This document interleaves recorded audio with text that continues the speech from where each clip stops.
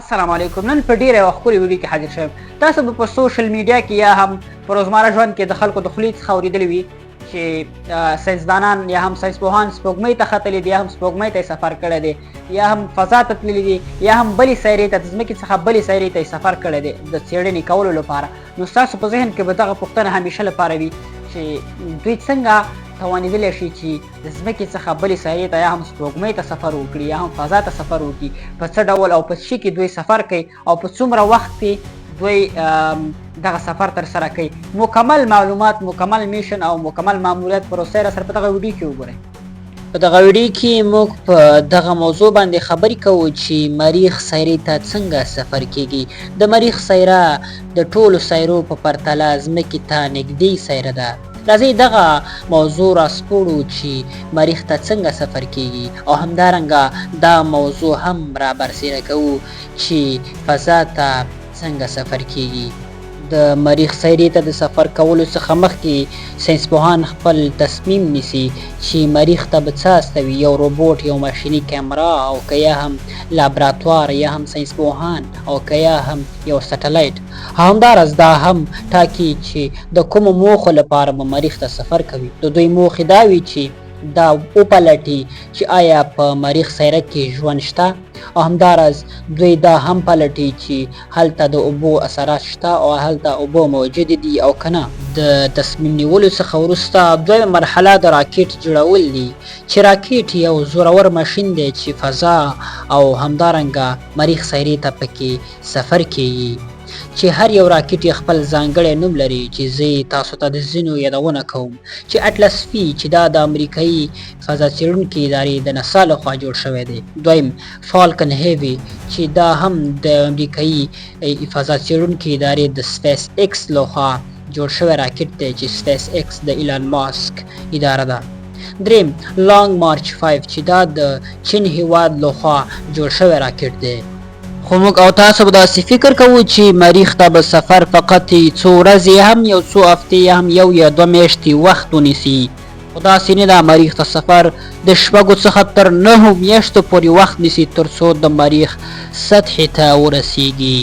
چې دریمه مرحله د راکټ توغول دي، یعنی د فضا په لور د راکټ استول دي، چې راکټ هم خپلې مرحلې لري. یعنی راکټ له څو انجنونو څخه جوړ شوی دی چې هر انجن یې خپله دنده لري او خپله مرحله لري. لومړی انجن یې تر ټولو غټ او تر ټولو زیاته انرژي لرونکی انجن دی، چې دغه انجن دنده د ځمکې څخه مستقیما د راکټ پورته کول دي د فضا په لور. چې د دغه انجن دنده دا ده چې باید راکټ په ډیر سرعت سره او په ډیرې چټکۍ سره له ځمکې څخه فضا ته پورته کړي، ځکه د ځمکې د جذب قوه ډیره زیاته ده. نو راکټ هم ډیره انرژي ته ضرورت لري ترڅو فضا ته په سرعت سره او په چټکۍ سره پورته شي. د راکټ د پورته کولو سره سم د لږ واټن په وهلو سره د راکټ د انجن لومړني انجن انرژي کمیږي او د انرژي په کمیدو سره سم د راکټ سرعت هم کمیږي، چې په پای کې د دغه انجن دنده پای ته رسیږي او د دوهم انجن مرحله شروع کیږي. چې د دوهم انجن مرحله د ځمکې مدار ته داخلېدل دي، چې دوهم انجن د خپلې اندازې په پرتله انرژي لري، یعنی د لومړي انجن په پرتله کوچنی دی او کمه انرژي لري. دوهم انجن د لږې فاصلې په وهلو سره خپله انرژي له لاسه ورکوي او دریم انجن ته مرحله ورسپاري. دریمه مرحله د راکټ، یعنی د راکټ دریم انجن دنده دا ده چې باید د ځمکې مدار څخه ووځي او د مریخ سیارې پر لور حرکت وکړي، چې دغه انجن هم په ځان کې خاصه انرژي لري او په کافي اندازه د مریخ پر لور حرکت کوي.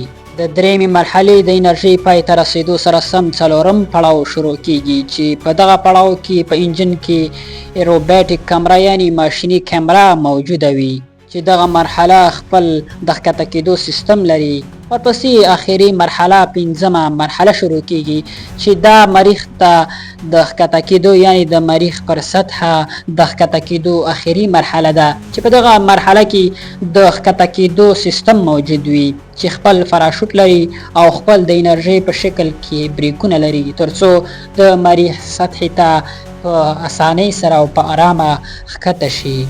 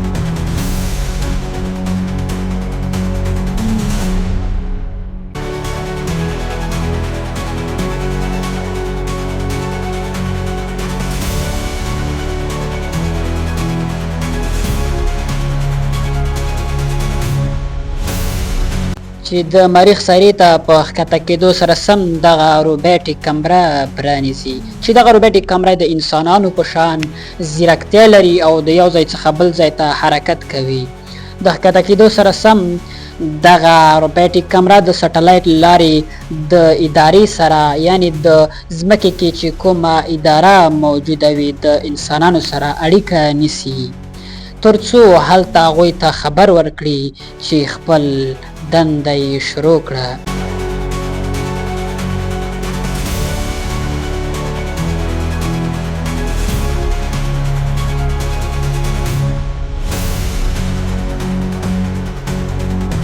او دغه روباټیک کمره د ډېرې میاشتو لپاره هلته پاتې کېږي ترڅو هلته خپلې څېړنې ترسره کړي او وګوري چې آیا په مریخ سایرې پر سطحه باندې ژوند موجود دی او که نه.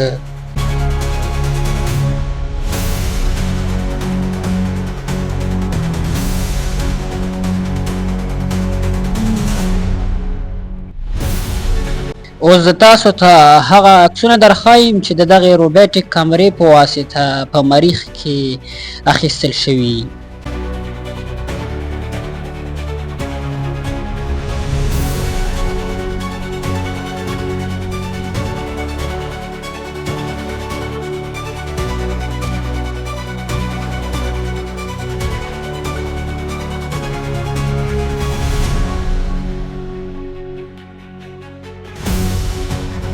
دغه اوس زموږ معلومات که ستاسو خوښ شوي وي نو د ملګرو سره یې شریک کړئ او زموږ د یوټیوب چینل در سره سبسکرایب کړئ او د فیسبوک په اړه در سره فالو کړئ. تر بیا ښې چارې او خدای پامان.